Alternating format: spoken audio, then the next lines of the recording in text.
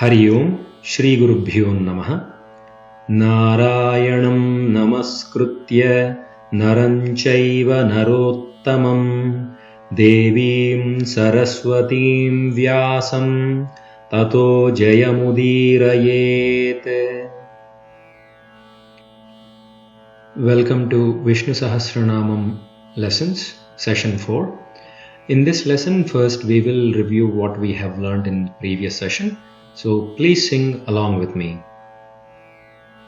Yatas sarvani bhutani bhavantyadi yugagame yasminscha pralayam yanti punareva yugakshaye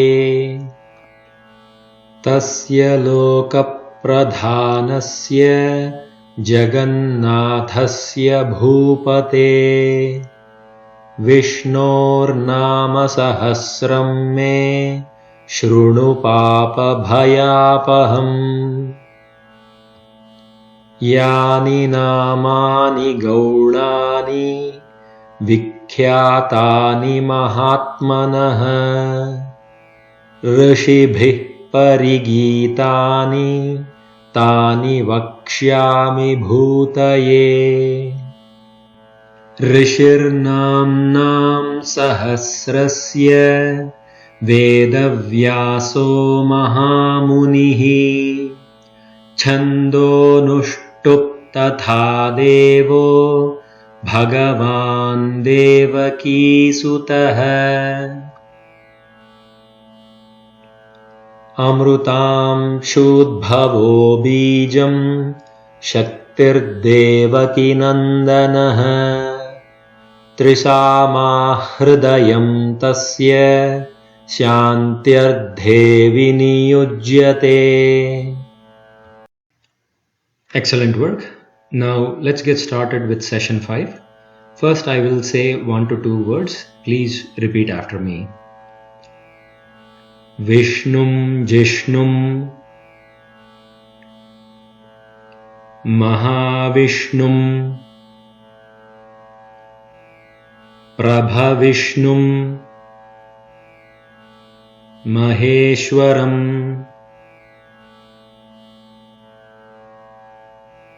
अनेकरूपदैत्यान्तं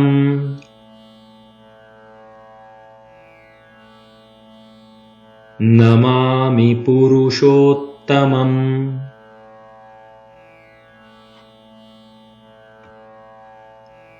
अस्य श्री विष्णोर्दिव्य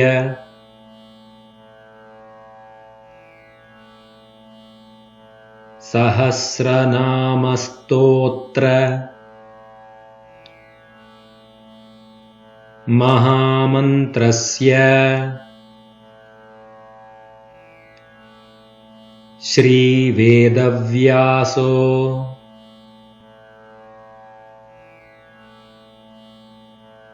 भगवान् ऋषिः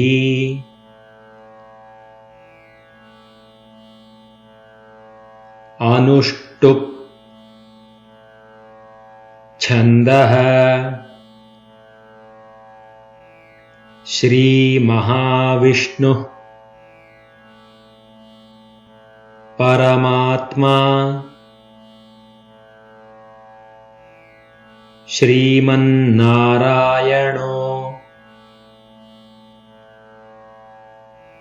देवता अमृतांशूद्भवो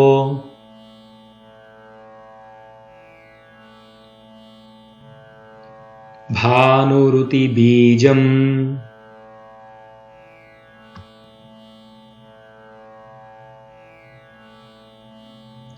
देवकीनन्दनः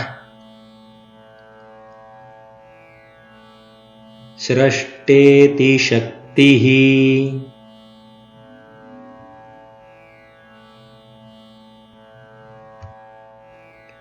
उद्भवः क्षोभणो देव इति परमो मंत्रः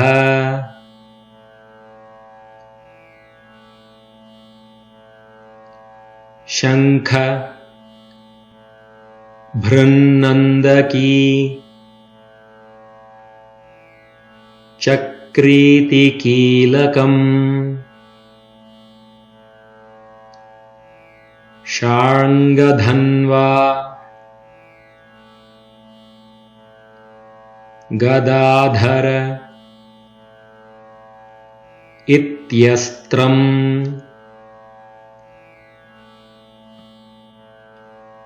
रथाङ्गपाणि रक्षोभ्य इति नेत्रम् त्रिसामासामगः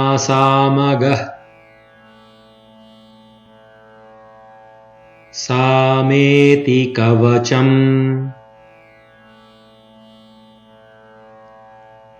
आनन्दम्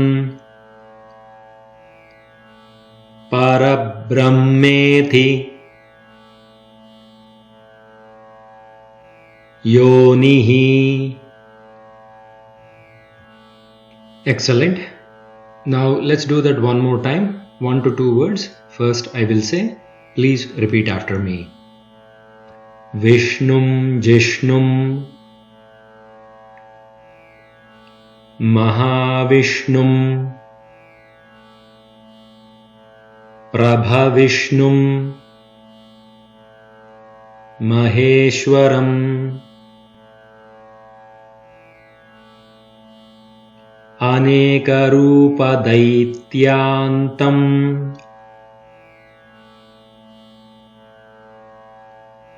Namami Purushottamam.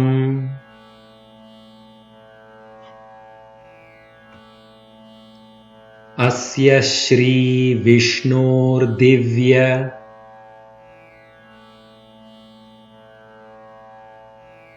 Sahasranamastotra Mahamantrasya Shri Vedavyaso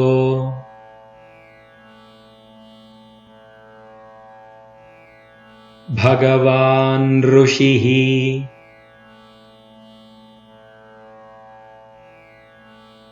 Anushtup Chandaha Shri Mahavishnu Paramatma Shriman Narayano Devata Amrutam Shudbhavo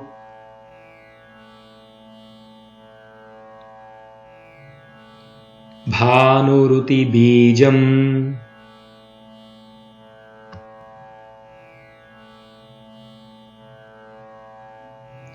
Devaki Nandana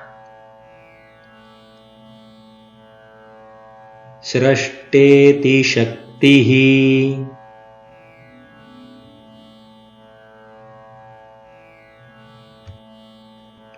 Udbhavah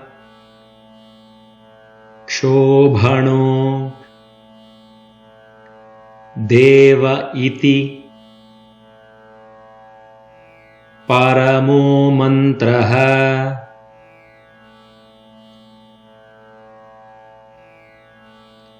Shankha Bhrannandaki Chakriti Kilakam Sharngadhanva Gadadhara Ityastram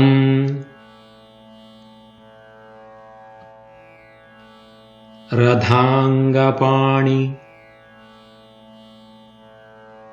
Rakshobhya Iti Netram त्रिसामासामगः सामेति कवचम्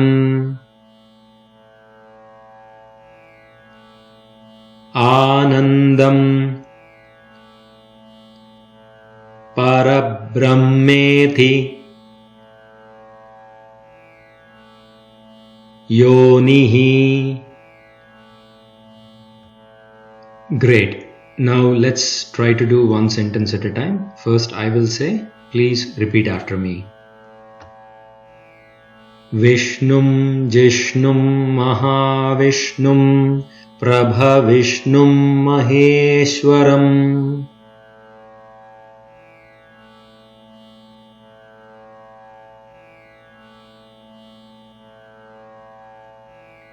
Anekarupadaityāntam Namāmi Puruṣottamam.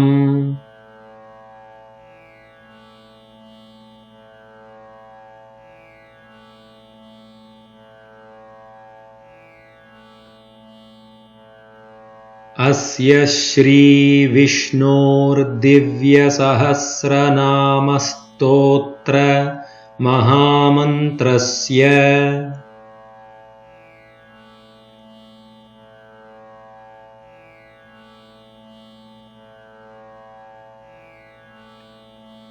Shri Vedavyaso Bhagavan Rishihi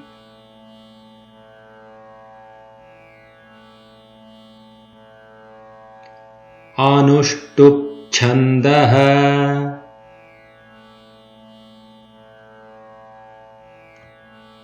Shri Mahavishnu Paramatma Shriman Narayano Devata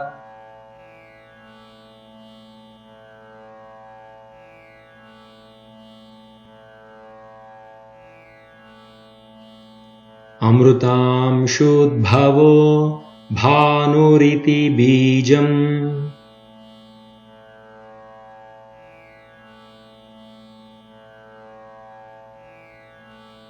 Devaki Nandana Shrashteti Shaktihi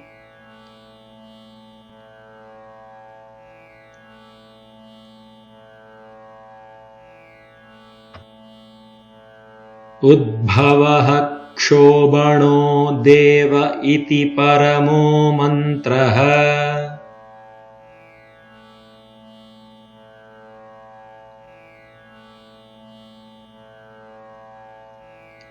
Shankhabhrannandaki Chakriti Kilakam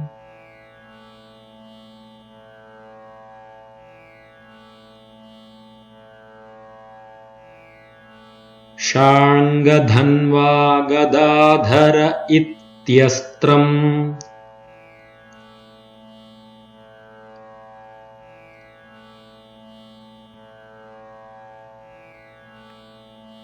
Radhangapani Rakshobhya iti netram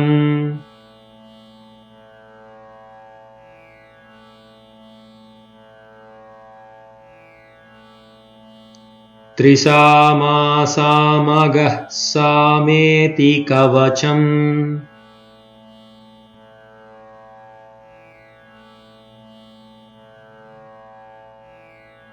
Anandam parabrahmeti yonihi.